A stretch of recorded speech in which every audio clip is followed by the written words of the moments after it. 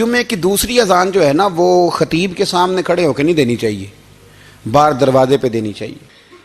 اعلیٰ حضرت رحمت اللہ علیہ نا جبل پور چلے گئے، اعلیٰ حضرت سے وہاں کسی نے پوچھا جی جمعے کی دوسری اذان کہاں پڑھنی چاہیے، تو اعلیٰ حضرت فرمانے لگے باہر پڑھنی چاہیے۔ آپ نے وہ فتویٰ دے دیا، وہاں جناب لڑائی شروع ہو گئی۔ وہاں لوگوں نے کہہ دیا جناب ہمارے ہاں 40 سال سے ہو رہی ہے، کسی نے کہا 35 سال سے۔ اعلیٰ حضرت فرمانے لگے دین تجربے سے نہیں آتا، دین علم سے آتا ہے۔ یعنی 40 سال تجربہ ہو گیا تو اس کا مطلب ہے آپ عالم ہو گئے۔ دین کا تعلق تجربے سے وہ علم سے ہے۔ وہ بحث ہو گئی۔ اعلیٰ حضرت نا انگریز کی عدالت نہیں جاتے تھے، فرماتے تھے عدالت تو وہ ہوتی ہے جہاں عدل ہوتا ہے، آپ اس کو کچہری کہتے تھے، عدالت کہتے ہی نہیں تھے، اور کبھی گئے ہی نہیں تھے۔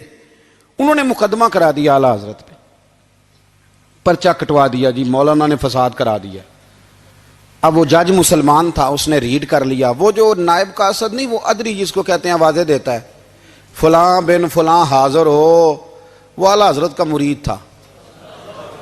آپ نے اسے بلا کے نا تو ساری بات سمجھا دی، وہ سمجھ گیا کرنا کیا ہے۔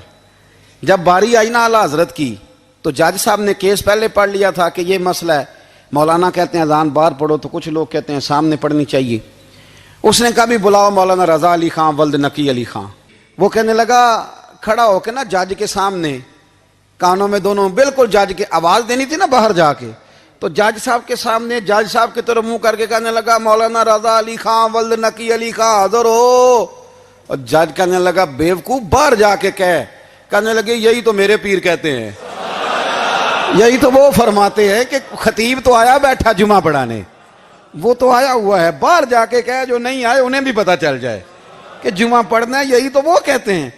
وہ جج کہنے لگا مولانا کو آنے کی ضرورت نہیں، وہ جو بھی کہہ رہے ہیں ٹھیک ہی کہہ رہے ہیں، وہ ٹھیک کہہ رہے ہیں جو بھی کہہ رہے ہیں۔ انہوں نے فکری طور پر لوگوں کی تربیت کی۔